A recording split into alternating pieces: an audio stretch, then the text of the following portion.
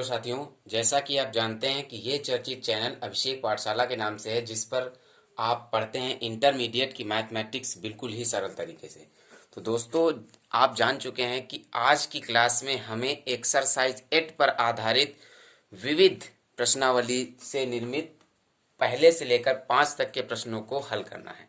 अभी तक हमने देखा एक्सरसाइज 8.1 और 8.2 को किस प्रकार एक आसान तरीके से हल किया जाता है। तो आज की एक्सरसाइज में क्लियर करेंगे एक्सरसाइज 8 जो कि मिसलिनियस एक्सरसाइज है। उसके मात्र 5 क्वेश्चनों को देखेंगे कि किस प्रकार वक्रों और रेखाओं के द्वारा घिरे हुए एरिया का क्षेत्रफल इंटीग्रेशन मेथड के द्वारा निकाला जाता है। तो चलिए देख लेते हैं। तो आज का वीडियो बहुत ही इंपॉर्टेंट होने वाला है। यदि वीडियो को लास्ट तक जरूर देखिए। यदि पूरा परफेक्टली आपको क्वेश्चन समझ में आए तो वीडियो को लाइक, सब्सक्राइब और अपने उन मित्रों के पास जरूर शेयर कीजिए जो मैथमेटिक्स में काफ़ी कमज़ोर हैं और जिन्हें मैथमेटिक्स से काफ़ी डर लगता है। उनसे बताइए कि वो हमारे चैनल पर रेगुलर विजिट करें और एक आसान तरीके से मैथमेटिक्स को कैसे कवर किया जाता है, उनके कठिन से कठिन प्रश्नों को कैसे हल किया जाता है, ये सीखें।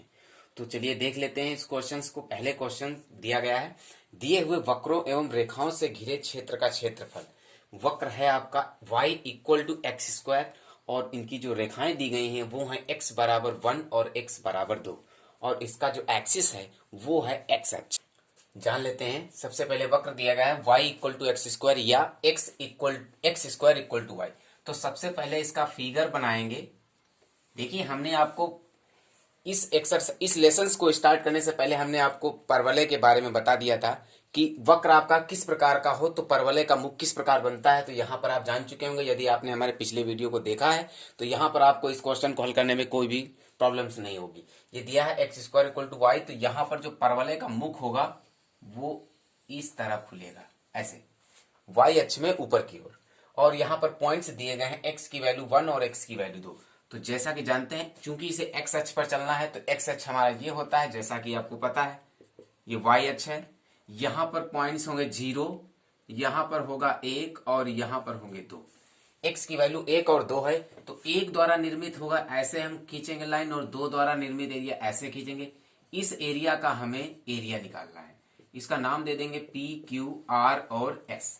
ठीक है, यहां पे हमें केवल पी क्यू आर एस का एरिया निकालना है। क्लियर है?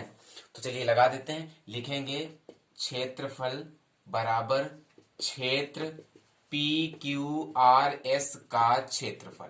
चलिए फॉर्मूला अप्लाई कर देते हैं। इसके लिए इंटीग्रेशन में लिमिट्स होंगी 2 1 और इसका जो ये दिया गया है y dx लगा देंगे। ये होगा इंटीग्रेशन 2 1 y की वैल्यू है यहाँ पर x square into D x. इसका समाकलन करेंगे, समाकलन होगा एक्स क्यूब अपॉन 3, इसकी लिमिट्स होगी 2 1। तो यहाँ लगा देते हैं वैल्यू, तो ये हो जाएगा 8/3 माइनस 1/3। यहाँ पर पहले उच्चिष्ट लिमिट रखेंगे, x की वैल्यू 2 है, 2 का क्यूब होगा 8/3 माइनस निम्निष्ट वैल्यू 1 है, 1 का क्यूब 1, 1/3। तो इसका जो क्लियर आंसर होगा वो होगा 7/3। फर्स्ट का सेकंड क्वेश्चन दिया है y इक्वल टू एक्स की power 4, x equal to 1, x equal to 5, x अक्ष से घिरे क्षेत्र का क्षेत्रफल। तो यहाँ पर फिर से हम फिगर ड्रा करेंगे। आप जान चुके हैं परवलय x square equal to 4ax के रूप का दिया गया है। तो परवलय का मुख इस प्रकार होगा ऐसे। ये एक्स अक्ष है, ये वाई अक्ष है, ये इसका मेन पॉइंट है, मूल बिंदु है, 0 होंगे इसके पॉइंट। यहाँ पर x की वैल्यू 1 और x की वैल्यू 5, ये 0 हुआ, यहाँ पे मान लेंगे 1 होगा और यहाँ पर मान लेंगे 5 होगा। ठीक है, इसको मिला देंगे, ये आपका ऐसे मिल जाएगा और इसे मिला देंगे। तो इसको और परवलय को बढ़ा देते हैं। तो इस एरिया का हमें एरिया निकालना है। इसका नाम हो जाएगा P Q R S. P Q R S का एरिया हमें निकालना है। ठीक है, जान चुके हैं। x equal to 1, x equal to 5। यदि यहाँ पे y अक्ष होता तो हम इस प्रकार नहीं फिगर ड्रा करते। क्लियर है? यहाँ पे एक्स दिया गया इसलिए एक्स अक्ष पर चलना है और वहीं पे फिगर ड्रा करना है। तो इसका एरिया निकालने के लिए क्या लिखेंगे? लिखेंगे क्षेत्रफल निकालना है। किसका निकालना है? यहाँ पर लिखेंगे क्षेत्र पी क्यू आर एस का क्षेत्रफल। तो पी क्यू आर एस का क्षेत्रफल का फॉर्मूला होगा, लिमिट्स होगी 5 1, फॉर्मूला होगा y dx। तो यहाँ पर इंटीग्रेशन 5 1, y की वैल्यू है x की पावर 4 इंटू डी एक्स। इसका समाकलन करेंगे x की पावर 5 अपॉन 5, इसकी लिमिट होगी 5 1। तो देखिए लिमिट्स लगा देंगे 5 की पावर 5 अपॉन 5 हो गया, माइनस 1 की पावर 5 अपॉन 5। तो देखिए 5 की पावर 5 को लिखेंगे 3125 अपॉन 5, माइनस 1 की पावर 5 को लिखेंगे 1/5। 3125/5 में 1/5 को हम कम कर देंगे तो 3124/5 ये इसका क्लियर आंसर होगा। सेकंड नंबर ट्राई करेंगे। दिया है वक्रों y equal to x and y equal to x square के मध्यवर्ती क्षेत्र का क्षेत्रफल ज्ञात कीजिए। तो सबसे पहले देखिए यहाँ पर एक जो वक्र आपका बना हुआ, एक तो सिंपल है y इक्वल टू एक्स, दूसरा है x square equal to Y.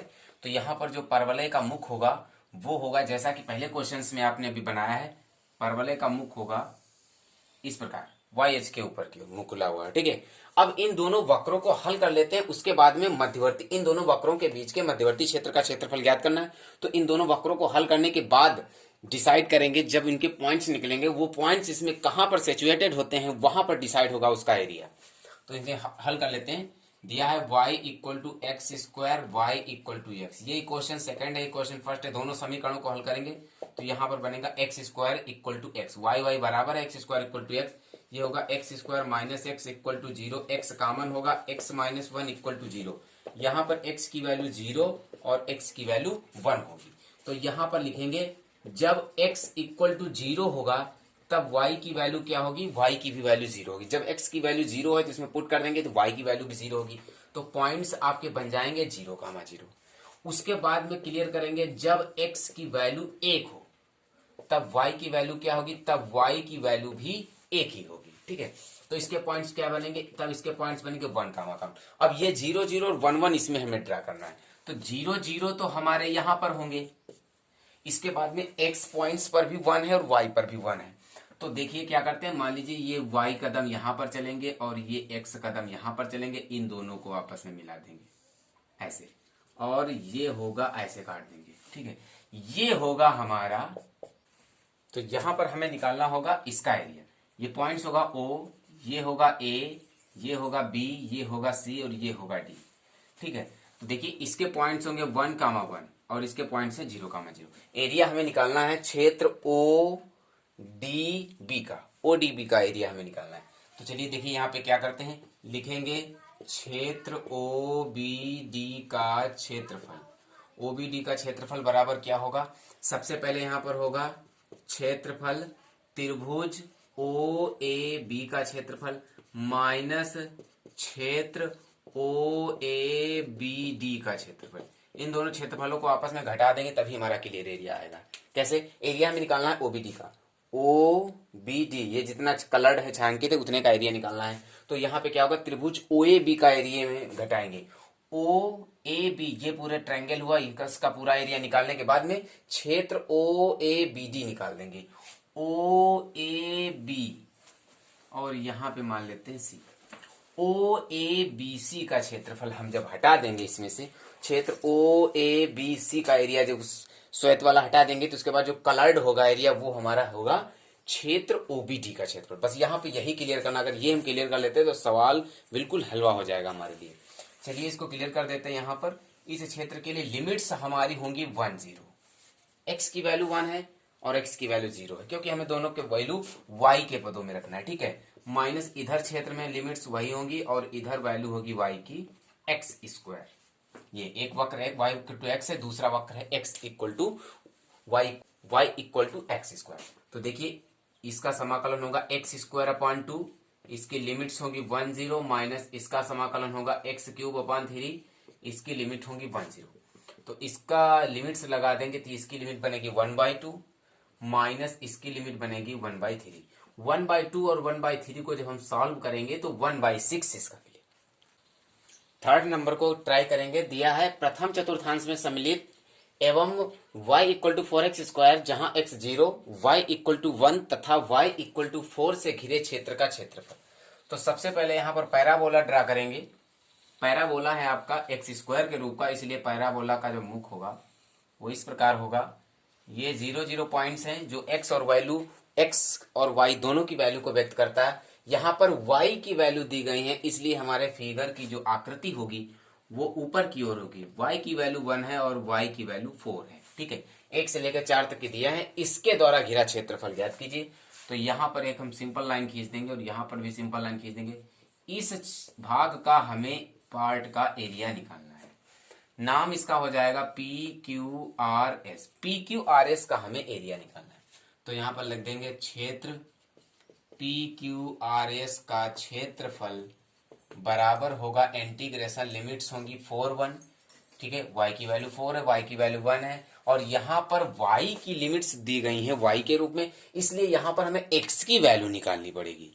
इस वक्र में x की वैल्यू निकालनी पड़ेगी। x की वैल्यू होगी 4x square equal to y, x square equal to y by 4, x equal to y root y by 2, ये लगा देंगे x dy।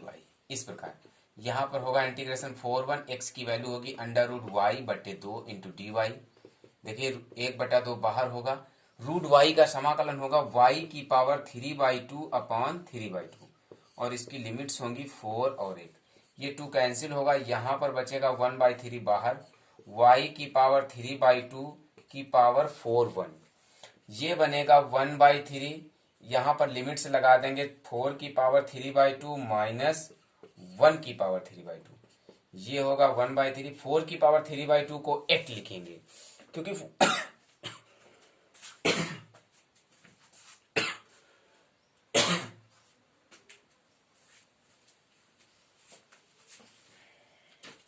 4 की पावर 3/2 को हम कहेंगे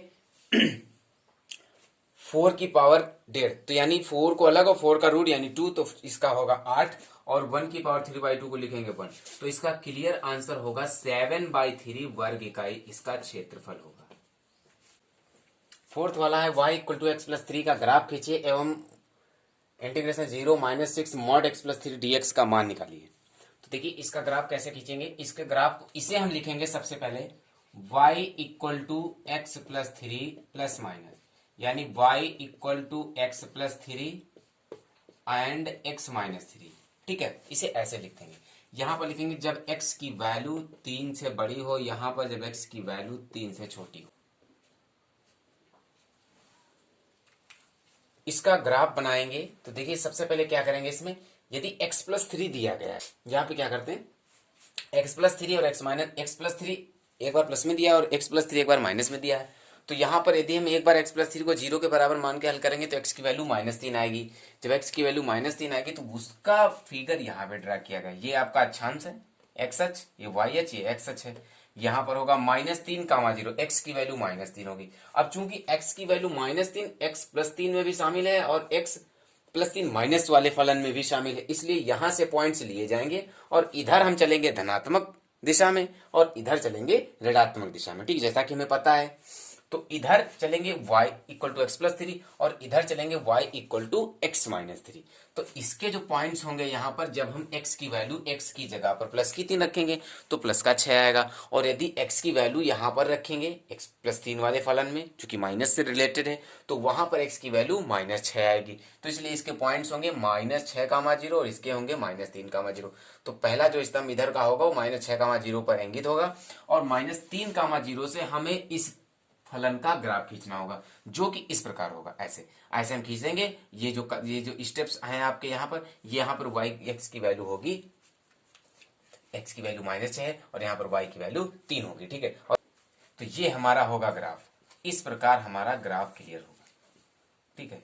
ये ग्राफ हमारा क्लियर हुआ। अब हमें ज्ञात करना है क्या, हमें ज्ञात करना है integration 0 - 6 mod x plus 3 into dx, इसका समाकलन। इंटीग्रेशन ज्ञात करना है 0 - 6 mod x plus 3 into dx। देखिए इसमें ये लगेगा प्रगुण नंबर 2 से। प्रगुण नंबर 2 क्या है, इंटीग्रेशन bA fx dx, इसकी लिमिट्स होती है ca fx dx plus bc into fx। ये c फलन कहां से आता है, इसमें c फलन जो इस फलन के साथ में जो एक अज्ञात राशि लिखी होती है वो एक c फलन होता है। तो यहां पर सबसे पहले हम करेंगे ba fx प्लस सी से तुलना करने पर, यहां पर हम तुलना कर देंगे तो b की जो वैल्यू होगी वो होगी 0, a की वैल्यू होगी -6 और c की वैल्यू होगी -3, ठीक है। क्योंकि x प्लस 3 बराबर 0, जब इसे हम हल करेंगे तो x की वैल्यू -3 होगी। तो इस क्वेश्चन को इस रूप में हम ऐसे लिखेंगे। तो देखिए ये क्या बनेगा, ये बनेगा इंटीग्रेशन सी की वैल्यू है -3, ए की वैल्यू है -6, फलन एफ एक्स है x+3। हमने आपको बताया है कि जब x की वैल्यू 3 से छोटी होगी तो इसका माइनस बाहर होगा। हमने आपको अपने पिछले वीडियो में आपको बताया है, एक्सरसाइजों में आपको बताया है। तो यहाँ पे इंटीग्रेशन बी की वैल्यू जो है वो है 0 और सी की वैल्यू है -3। यहाँ पर एफ एक्स की वैल्यू होगी x+3 इंटू डी एक्स, इस प्रकार। अब इसका हम समाकलन कर देंगे तो इसका समाकलन होगा -x² + 3 का होगा 3x, और इसकी लिमिट्स हो जाएगी -3 और -6, प्लस इसका समाकलन होगा x² + 3x, इसकी लिमिट्स हो जाएगी 0 और -3। तो चलिए इसको क्लियर कर देते हैं आगे। देखिए इसे लिखेंगे माइनस, यहाँ पे लिमिट्स लगा देंगे तो ये लिमिट आपकी हो जाएगी प्लस के 9/2, और ये यहाँ पर यूज करेंगे तो माइनस के 3 हो जाएगा। इसके बाद में माइनस करके निम्नलिखित लिमिट जब रखेंगे 6 को तो ये हो जाएगा 36/2, प्लस का माइनस बाहर लगा हुआ है ऑलरेडी इसलिए -36/2, और इसके बाद में ये माइनस और ये जो माइनस बाहर लगा हुआ दोनों प्लस हो जाएंगे तो ये हो जाएंगे आपके 18। ये हो जाएगी आपकी, ये इसका सोल्यूशन हुआ। प्लस इसका सोल्यूशन कैसे करेंगे, देखिए इसका सोल्यूशन बहुत इजी है। यहाँ पे 0 करेंगे, ये पूरा फलन शून्य होगा, यह पूरा फलन शून्य होगा। उच्चिष्ट लिमिट रखने पर पूरा फलन शून्य होगा। निम्निष्ट लिमिट रखेंगे किसमें, माइनस करके जब हम निम्निष्ट लिमिट रखेंगे तो ये बनेगी 9/2, ये बनेगी 9/2, और इसके बाद में ये बन जाएगी -9, ये ऐसे बनेगा। अब देखिए इसमें क्या करते हैं, ये होगा -9/2, 9 में 9/2 को कम करेंगे -9/2 बचेगा, क्लियर। उसके बाद में ये होगा -18, ये होंगे +18, और माइनस इधर 9/2 में फिर से हम 9/2 को 9 में 9/2 को कम करेंगे तो फिर से माइनस का 9/2 बचेगा। तो ये कैंसिल होंगे आपके, इधर होगा 9/2 प्लस का होगा और ये भी 9/2 प्लस का होगा। तो इसका क्लियर आंसर होगा 9 वर्ग इकाई, 9 वर्ग इकाई इसका क्लियर आंसर। तो नंबर दिया गया है x = 0, mx = 2π तथा वक्र y = sin x से घिरे क्षेत्र का क्षेत्रफल ज्ञात करना है। देखिए यहाँ पर जो आपका एक वक्र दिया गया है वो एक पैराबोला नहीं है, यहाँ पे ध्यान देना है आपको। ये दिया है y = sin x, इस प्रकार। यदि इसका हम स्क्वायर करते हैं तो यहाँ पे स्क्वायर हो जाएगा। अब ये एक पैराबोला बन गया है, y² = 4x के रूप में दिया गया है। तो आपको पता है कि जब इस प्रकार का परवलय होगा तो उसका मुख किधर होगा, आप जान चुके हैं। इसके बाद में यदि हम इसका स्क्वायर हटाते हैं तो यहाँ पे रूट लग जाएगा, और रूट लगने के बाद जब इसको हम सॉल्व करेंगे तो ये एक बार प्लस का साइन आएगा, एक बार माइनस का आएगा। तो y² के रूप का परवलय है जो कि इस मुख की ओर होगा, क्लियर है। तो यहाँ पर जब ये वक्र परवलय ना होकर एक वक्र है, परवलयाकार वक्र नहीं है लेकिन एक ये वक्र है, इसलिए इसकी दिशा कुछ इस प्रकार होगी, ऐसे, इसलिए इसकी दिशा इस प्रकार होगी, ठीक है। ये आपका 0 है, x अक्ष पर आपको चलना है। x की वैल्यू क्या है, 0 और 2π। तो यहां पर हो गए x की वैल्यू 0, यहां पर मान लेंगे 2π और यहां पर मान लेंगे 2π। तो आपको ज्ञात करना है इस भाग का एरिया, क्लियर है। ये लिमिट्स इसकी होंगी, और यहां से पहले हम चलेंगे 0 से पाई और पाई से 2π। जैसे कि यदि पॉइंट्स यहाँ पे पाई ना होता, 0 से 2 होता तो पहले 0 फिर 1 होता फिर 2, उसी प्रकार पाई जोड़ दिया गया तो उसके बाद में पाई और बढ़ा लेंगे। यहाँ 1π नहीं लिखा जा सकता, केवल पाई लिखेंगे, इसलिए इसमें 1π नहीं लिखेंगे, केवल पाई। तो ये पहले एरिया निकालेंगे 0 से पाई, और उसके बाद एरिया निकालेंगे पाई से 2π के बीच का एरिया, ठीक है। तो चलिए निकाल लेते हैं, लिखेंगे घिरा क्षेत्रफल। घिरा क्षेत्रफल होगा इंटीग्रेशन, पहली लिमिट्स होगी π0। पहले हमें एरिया निकालना है OAB का, और उसके बाद में एरिया निकालना है BCD का। तो पहले एरिया निकालेंगे OAB का। तो देखिए OAB में y की वैल्यू सेम रहेगी, y/dx, इस प्रकार। प्लस इंटीग्रेशन, जब नीचे वाले सिरे का एरिया निकालेंगे तो इसकी लिमिट्स होगी 2π, क्लियर है। और इसके बाद में जो यहाँ पे y की वैल्यू होगी वो होगी ऋणात्मक, क्योंकि इधर जो वक्र है उसका जो मुख है वो नीचे की ओर है, क्लियर है। चलिए लगा देते हैं यहाँ पे इंटीग्रेशन लिमिट पाई 0, y की वैल्यू है साइन एक्स dx, माइनस इसका बाहर कर देंगे इंटीग्रेशन 2 पाई 0, y की वैल्यू है साइन एक्स इंटू dx।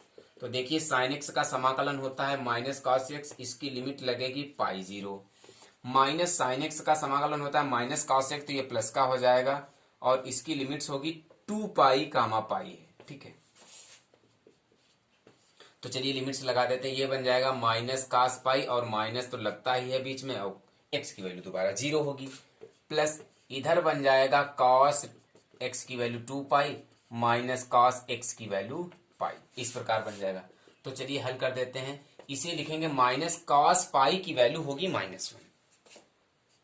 ठीक है, यहाँ पे cos 0 की वैल्यू 1 होगी, चूंकि ये माइनस बाहर दिया गया है और माइनस आपका ऑलरेडी लगा हुआ है इसलिए ये प्लस हो जाएगा। माइनस लिमिट्स में लगता है ये माइनस cos 0, चूंकि ये माइनस बाहर ऑलरेडी लिखा हुआ है इसलिए ये माइनस माइनस प्लस हो जाएगा, प्लस इधर cos 2 पाई की वैल्यू होगी 1 माइनस cos पाई की वैल्यू होगी -1। तो देखिए ये बनेगा आपका 1 + 1 और ये बनेगा आपका 1 और ये भी हो जाएगा +1। ठीक है, तो देखिए ये बनेगा 2 + 2 यानी 4 वर्ग इकाई इस वक्र का एरिया होगा। ठीक है, तो साथियों कैसी लगी क्लास आज की हमें कमेंट करके जरूर बताइएगा। यदि मेरे सभी क्वेश्चंस आपको परफेक्टली क्लियर हुए हैं तो प्लीज हमारे चैनल को लाइक, सब्सक्राइब और अपने मित्रों के पास जरूर भेजिएगा। Thank you. फिर मिलते हैं आपको नेक्स्ट, इसी के आगे के क्वेश्चनों को एक आसान तरीके से हल करने का प्रयास करेंगे और आपको बताएंगे कि किस प्रकार से वक्रों तथा रेखाओं से घिरे हुए क्षेत्रफलों का एरिया समाकलन की विधि द्वारा कैसे निकाला जाता है। बहुत जल्द आपको मिलते हैं नेक्स्ट वीडियो में। तब तक ये पढ़ते रहे हमारा यूट्यूब चैनल अभिषेक पाठशाला। Thank you.